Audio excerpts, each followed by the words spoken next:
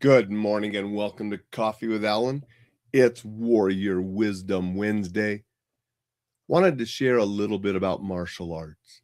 Still need to make it a short one because I'm still hobbling around on this bad leg and I'm not allowed to sit for very long. But I posted this the other day. The deeper you go into martial arts, the more you realize that it's not about mastering one skill, but understanding the full range of combat.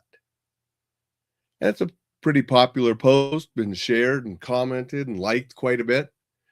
I'm going to write an article, I think, based on this graphic for the newsletter. If you're not getting the newsletter, get it. EnjoyLifeSafely.com. You can sign up for free. There's some free guides there. There's some courses there, a lot of good stuff. Get on that newsletter list. You'll get the article I'm going to write inspired by this graphic as well. But I did want to talk a little bit about it today. You know, when we talk about mastering one skill or even one art, I mean, martial arts are not just punching, not just kicking, not just grappling, throwing, not just a particular weapon.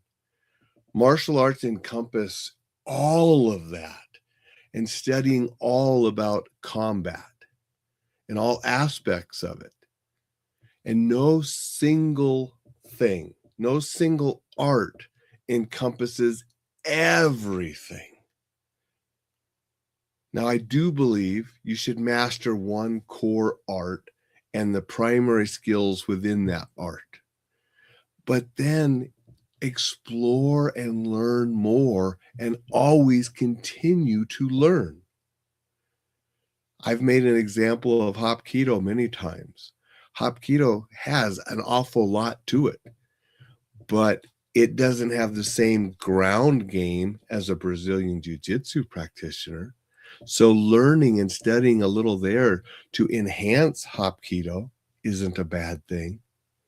Hapkido has a lot of traditional weapons, but some of the knife work in Hapkido is not the same as you'll find in Indonesian and Filipino arts. So studying those arts to enhance the type of knife work or different type of stick work that you might learn. So we can go outside our own core art and continue to learn and enhance what we know. I have a huge library back here, as all of you know, and I have not been getting rid of any of my martial art or self-defense books or DVDs or VHS tapes. I still have a ton of VHS tapes and VHS recorders so I can review some of that material, because I believe it's important to continue to learn and expand my knowledge. Even if I don't become an expert in a certain art, I can learn a little bit more about it, and that can enhance my knowledge and my abilities.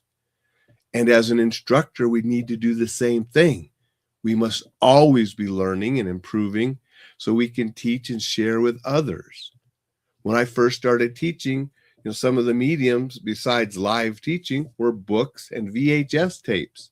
My first programs with Paladin Press were on VHS. Then we went to DVDs. Now we have online courses where we can even present more material easier to people with that format. So as instructors, it's important that we continue to learn and expand our knowledge base so we can share with others, but to also keep up with the different ways to share and teach others. And that's what I've been trying to do. And from some of the feedback from some folks, I'm doing it successfully, and I appreciate that. You can find out a lot more about my courses, and some of the old VHS stuff that I did will be included in the new online courses with a whole bunch of additional material, all at EnjoyLifeSafely.com. I hope this gets you thinking about it. I mean, we could talk all day, and I'd love to if my knee was better, about how we can expand our training and our knowledge by going outside of our core arts and learning, whether we're learning from a book, whether we're learning from a DVD, an online course, an old VHS tape, a seminar with an instructor, from a style that we've never tried before, all different ways to enhance our learning and growing as martial artists.